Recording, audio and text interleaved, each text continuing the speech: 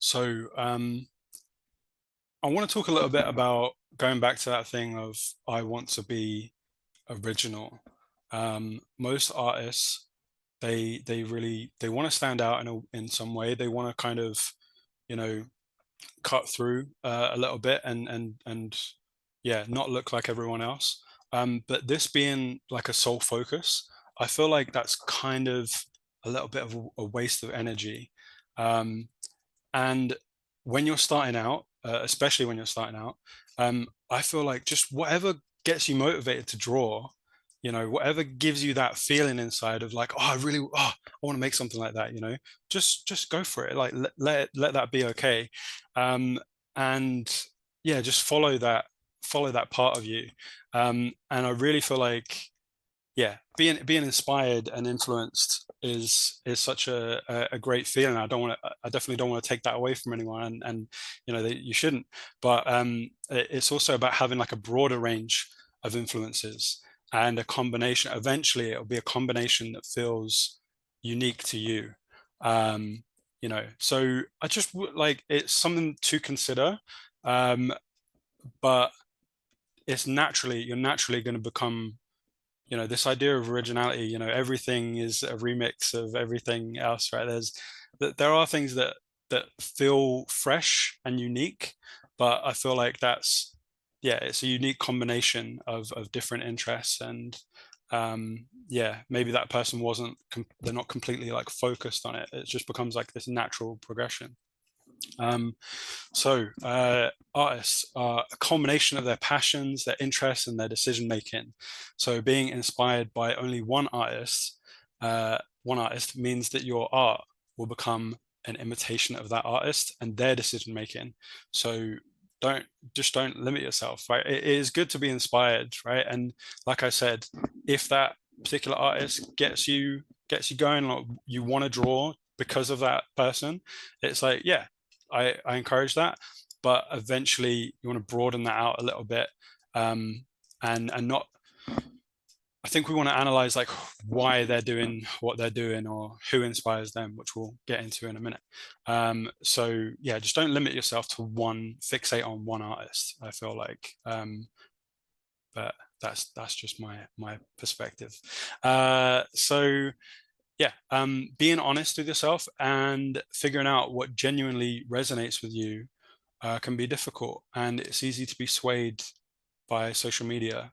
Um, so yeah, I feel like I really struggled with this kind of early on for me, because I was looking at these artists like Dave Raposa is a big artist for me, and he was doing this fan art of these things he really connected with as a child and stuff like that. And I was like, oh, that's cool. Like everyone loves it. It's so cool. And but I don't know. It just, for some reason, like I felt like I didn't really have any of that. Like it was a weird feeling. And like, I mean, obviously I did love stuff growing up, but it was just harder for me to pull from it. And I'll get into examples where I eventually did, but yeah, it can be difficult to find you know what your taste is and what resonates with you. But yeah, and then just over time, I'm very passionate, and I love loads of different art and music and films and all that kind of stuff. So yeah, and like the social media thing as well. It's kind of like it's this thing of like, oh, I want to stand out and be original, but everyone's doing this, so should I be doing that? And it's easier to get into that like headspace. But there are considerations where I feel like we can talk about that and think about that, but um, over a long enough period of time, like hopefully you'll find what fits with you, if that makes sense. uh yeah, cool. So I have this metaphor that I have spoken to some friends about, that I really feel this, and it's very personal. Like some of these things are, you know I'm sure other people feel this way as well, but I'll just get into it. But so I imagine art in general as this like huge tapestry that spans all of human history, right? And all of these artists, they're being inspired by other artists and subconscious and consciously also being inspired by, music, fashion, and all that kind of stuff. But we're talking about other artists in this scenario, right? So I feel like, and that's a wonderful thing. This is a great thing, right? We are a whole part of a collective that just spans history, and no one, it's not made in a vacuum. No one's just born and they're just like, I'm not looking at anything else. And I just make all these masterpieces. That really, I don't think that happens. So I feel like there's an issue again when you focus on one single source of inspiration. These are all the artists, these little stars here, and they're just focusing on this like one thing that everyone loves, and it's like, oh, I just want to be that thing. But I feel like, again, that's good, but we want to look up further of that chain of inspiration, and we'll kind of like pull on these threads. And when you see who inspired this artist that you love, then you'll connect with this artist up here in a different way, which is a really cool thing. That like I love that. And I used to do a lot more of that, like digging, figuring out, like when I was first getting into art and all these different artists, and I was like trying to find out like, well, all this whole like art movement and stuff like that, and why does this guy's work look like this? So I'll get into an example. So we have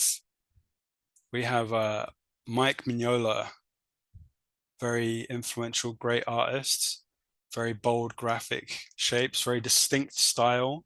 A lot of people love. I love it. And then I did a little bit of research. I started Googling, finding interviews and all that kind of stuff. And when he was starting, he really liked this artist called Bernie Wrightson, who I never heard of him before, and that's really cool. There's some, you can kind of get the tone and the imagery coming across. I'll zoom in a little bit. So yeah, and there's that like kind of bold composition, but it's handled in a different way. It's really interesting. And Frank Frazetta as well. Like you might not see the connection like straight away. But yeah, Frank Frazetta is just like this huge monumental figure in art, who's inspired, he's created like modern fantasy art. I think he's kind of like one of the big influences on that. And also Sergio Toppi, who is one of my favorite artists as well, and he's inspired by him. So and then I let's go up the chain a little bit, and we'll look at who Frank Frazetta was inspired by growing up, right? So we have this guy called Hal Foster, who I wasn't really familiar with his work, but there's great like dynamism, like storytelling, a lot of action. You can see the influence a little bit more obviously in this one. I won't analyze it too much, but one that really surprised me was this guy who made Popeye, E.C. Seeger. You might be thinking, what's going on? Frank Frazetta. But it's actually, if you think like the way Frank Frazetta spoke about this artist was saying it's all action. Every frame, every punch, that like really got into him early on, I think. And yeah, he said this is much more exciting to look at than just like the old painters who make very stiff posed kind of thing. That's in Frank Frazetta's words. But yeah, the line of action, this whole thing with Frank Frazetta where it's like you don't show the moment of impact, you're showing like the suspense before, or you're showing the follow through after. Like that's in this like a part of where he got it from, which is really cool. And also Goya as well, which I just found a kind of a painting that has this moody atmosphere that I think, yeah, links to, and the paint application and that I feel like, yeah. But I you know, I don't want to speak on behalf of these artists, but I've just kind of found some interviews, and it's really cool to try and like follow that thread. So, you know, we started at Mike Mignola, and then we got here, and then I'm sure Mike Mignola as well was inspired by these other artists, right? So there's all these like mental connections that we're making, which is very very cool.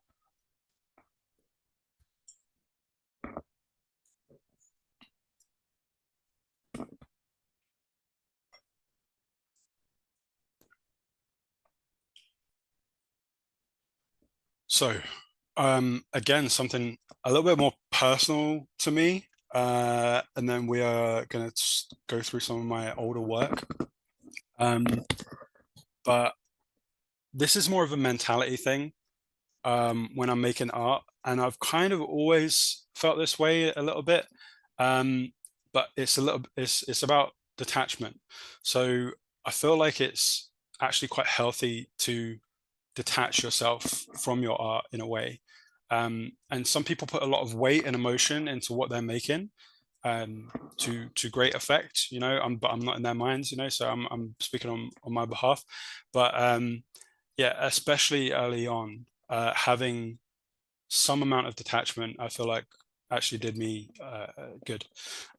So this way, I'm able to jump across, and I'm emulating different styles without it affecting my ego and my self image too much. Because when you start to link your ego too strongly with your art, it sounds a little bit esoteric, but I feel like that can stiffen you in a way, and it says like, if I make this isn't, if I make this type of artwork, that's not a reflection of who I am, and you get caught up in this image of self, right? So I'm the art that I make, I love it. It is mine, but it's also, I have this distance, and having that distance allows me to take risks, and just be like, I'll try that style there. Let's go for it. That's really cool, and make judgments on my art. You know, I'm sort of a little bit of an outside observer of my work, and I can be a bit more critical, and it creates this feedback loop of enjoyment and self improvement, I feel like. So you want to be attached enough that you're invested, but not too much that you are crippled by choice paralysis and self-image.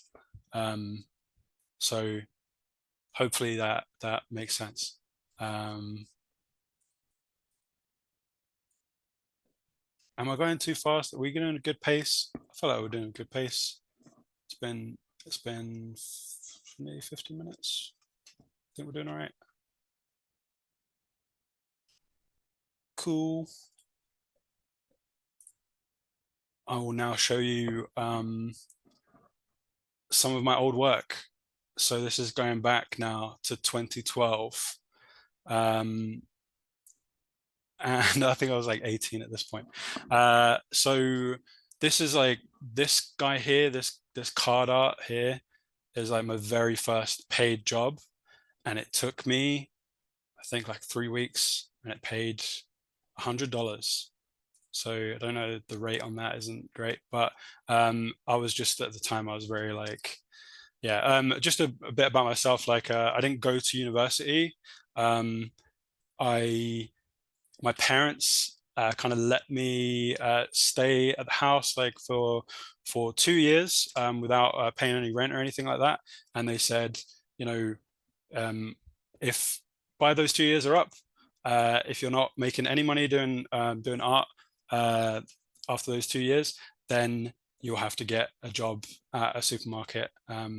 But I really felt like that was a good push for me and a great incentive, because, you know, if you're too kind of comfortable and you're just like, you know, I can just practice indefinitely, there was no urgency. But there was definitely urgency when I was starting out and practicing early on. So I was already like trying to think about kind of commercial stuff. But anyway, so This is like one of the first Photoshop things I did. I kind of painted in like Paint Tool Sai, this one. Maybe I was like, yeah, I was 16 when I paint that. And then funnily enough, I thought that like we're gonna get into this, right? But this, the age 18 one, isn't it's not any better. I think I made it worse. But I thought at the time that adding realistic form is like that's just better. But like this actually has like some decent kind of shape stuff going on. It's more, so I just think it's funny. But yeah, so I was really like into armor. I did these like art challenges. I did this poster for Spirited Away. I kind of cringe when I look at it now, but it's okay. It was a part of my growth. This was from life, this one. And yeah, just from like studying from photos, you can kind of see like, some I'm trying to go more realistic, trying to go more stylized in a way, more cartoony proportions. Like this one, I feel like you can still see like some DNA of my, of what I do now here, in this guy. But yeah, studies, got the whole bean. Yeah, this I don't know what happened here. These studies, but I kind of, I'm like, damn, that's holds up pretty well. And yeah, just I thought I wanted to be a Magic the Gathering illustrator, like for the longest time when I was just first getting into things. Yes, exactly. Conceptart.org. I was I was just off the back of that, and then into Crimson Daggers. I don't know if anyone knows that, but yeah. So moving on a little bit into 2013, I think at this point I was probably freelancing a little bit, started to get, but it was kind of spotty still. But just some influences. Brad Rigney, really big influence on me. Really wanted to do like this cinematic lighting, real sense of like form. Dave Raposa was huge. I watched all his streams and all that kind of stuff. Took part in art challenges. Sergei Kolosov, Jeff Simpson. This Batman up here was, I think you can, if you're familiar with Jeff's work, you can kind of tell the influence. I was just effects and like, like not obviously nowhere near as good as Jeff, but that was the intention there. But also starting to play around with I was still different styles a little bit. But I really, another thing, is like form. I was so obsessed with like making things realistic. And I thought about this a little bit. And I think what it is when you're starting out, I think it feels more impressive to you, to someone, to be like, oh, that looks 3D, that looks real, that looks, this form. That's kind of like what I valued most. And I was like, oh, I can make this goblin, or I can make this snake man, and I can render him like really, but I kind of ignored a lot of other art principles, right? I was very focused on form and that kind of thing. But there's still some cool stuff here, I feel. And like this guy, like I was studying Aris Colocontes, goes by Bellaris as well. But he did these really amazing like maquettes, these sculptures, and I did a lot of studies of those to kind of get a sense of form, but more of a imaginary, in an imaginary sense, not just looking at realistic stuff. But yeah. It's funny that you talk about like the thinking it's all about form, because I discovered your work around then. So when we started talking, and Yeah. it was huge inspiration on me, and I was like, oh my God, he's so good at form. And I was like, then I got laser focused on form too. So you Yeah. gave me the form virus. Yeah, yeah. Oh, hi Devin, by the way. Sorry, I Oh, didn't I didn't see you come in. Yeah. Cool. That's yeah, yeah. Oh man, that's going back some time, but yeah, it was just such a big thing for me that I was like obsessed with form. And I use it still. I use what I learned during this time, I use it in my work all the time. So it's definitely valuable. And but yeah, it's just interesting that I'm like Yeah, picking up I think it these. was a useful kind of progression of like focusing on form for a while and then discovering other stuff because you can like then fit that in where it's needed, Yeah, yeah. as opposed to like, not being able to do it is can be a handicap. Yeah, exactly. Yeah. So I feel like a part of why I'm going through all my old work as well is because like you said, like these things kind of fit together and they're underlying principles that I'm utilizing.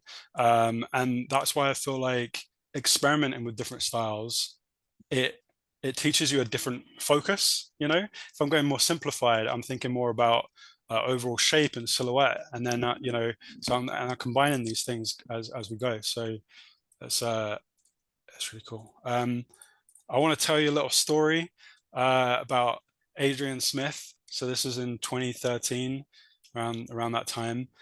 So I was doing all these like ogres, right? And again, this is what I valued. I was like, oh my God, realistic form. You know, I was photo bashing a little bit as well. It's right.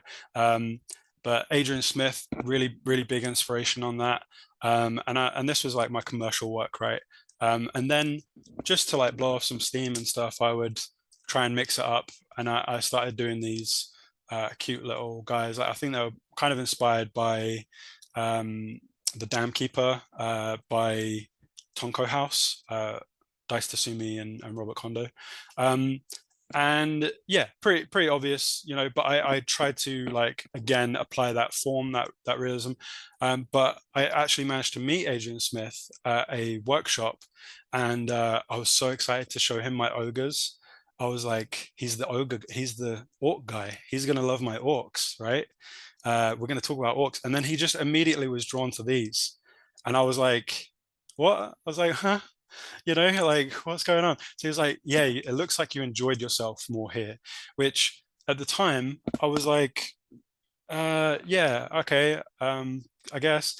But because I was so focused on this as my value, uh, more realism, gritty, you know, all this kind of stuff, and it was more commercial, you know, in a sense. But these, you know, there's something here, clearly that he felt like I was connecting with more, and maybe I was. So yeah, it's just something cool to think about. Where we place our value, especially when we're talking about styles. Um, yeah. So here's some work from 2014. This is so long ago. It's still in my portfolio, these weapons, but I don't know. They kind of, I think they kind of hold up. So these ones, I was getting a bit more into like, I wanted to try line art a little bit because I at the time I wasn't really, you know, doing it that much, and I just felt like, why not? I'll just give it a go. You know, what's the worst that can happen? I really like this artist, Jake Wyatt. Another artist that I forgot to put in here is Sam Bosma. But yeah, these are the weapons that came from that. Also, as well, these guys are kind of like Mignola inspired, and Darkest Dungeon. I was playing a little bit of that as well. Really compressed, more comic um, kind of lighting here.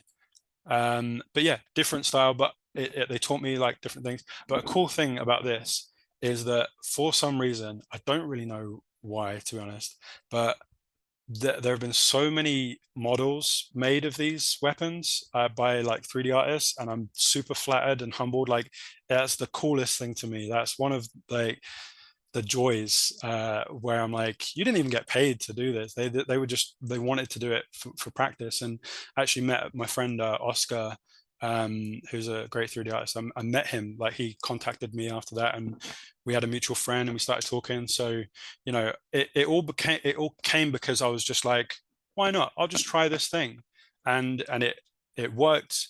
I think there's probably, if I'm going to analyze it, I'd say there's a clarity in the designs and there's different ways that 3D artists could interpret them. You know, Oscar made a fairly like realistic rendition of this hammer.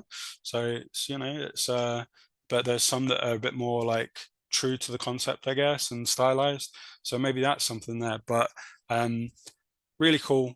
Uh, just something I thought we'd talk about. Um, Oh, give me. I'll be all right for a sec. So, I worked on mobile games for a little bit, and these were my first like in-house jobs. I worked at a place called Natural Motion.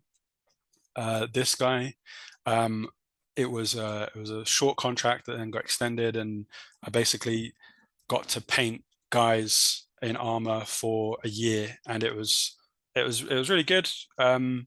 It was fun, but it was quite focused on a certain thing. I was just painting like armor materials, but the poses, I was just giving them to 3D artists and like not thinking about pose at all.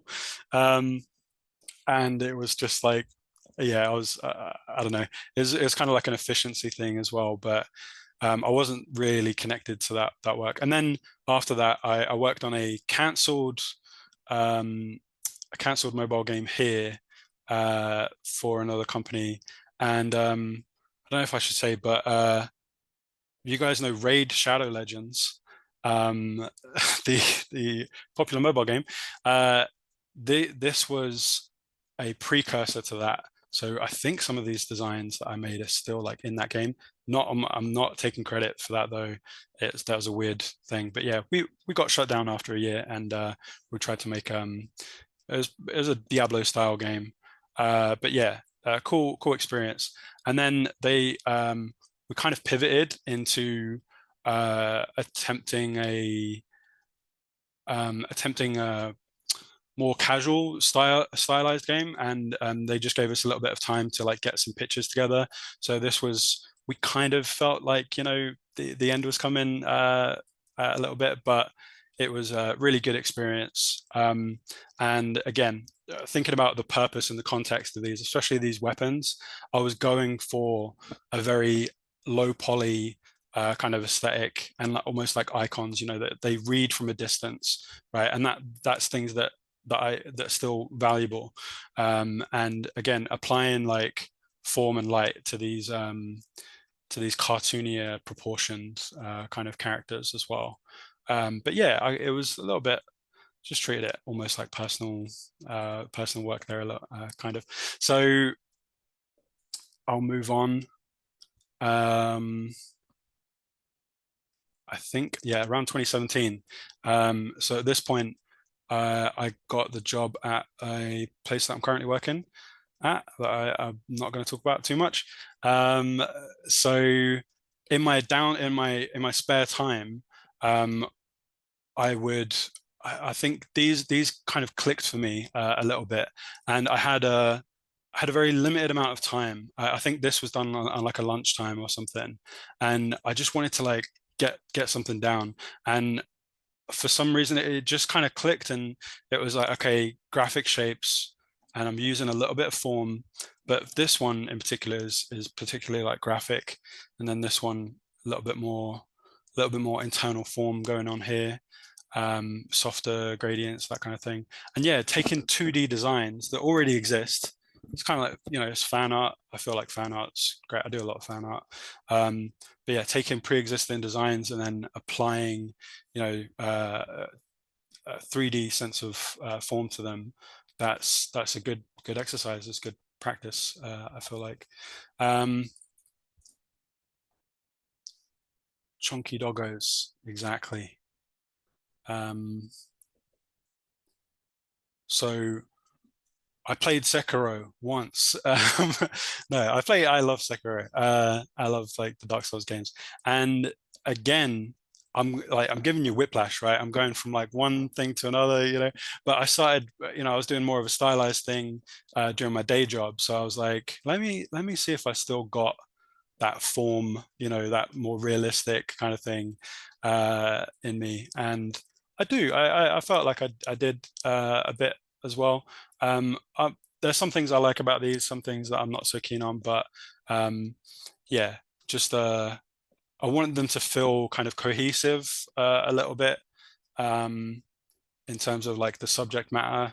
And they're inspired also by the Black Myth Wukong concept art by Yang Qi as well. That was something that I was kind of like looking towards. and yeah, even like the silhouettes of these characters as well. I feel like yeah, they're a bit more reinforced, right? There's a little bit more of distinct silhouette and readability in here. So I'm again applying that knowledge that I've like learned before back into this, which is cool. Just some miscellaneous work. Not too much to say about these.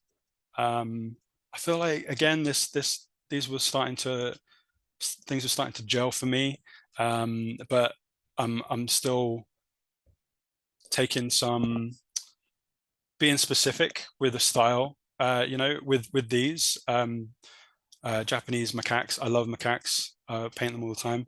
Um, but with these, I really wanted it to feel like a poster. You know, like really push on that graphic sense and this like shape work. And I feel like it's quite successful, and you get some of these internal forms, but it's so simplified. It's really super graphic, and we're going to be covering like all that stuff as well, which is nice. But yeah, would it be okay if I just take a minute to get some water, and I'll leave this on the screen for a sec. Yeah, take as Is that long all as right? you take Cool. 5-10 minutes. Nice. Yeah, it's been an hour. I feel like that's cool. Yeah, you can take a break every hour or so. Cool. I'll just leave this on the screen for a minute. But yeah, I'll be back momentarily.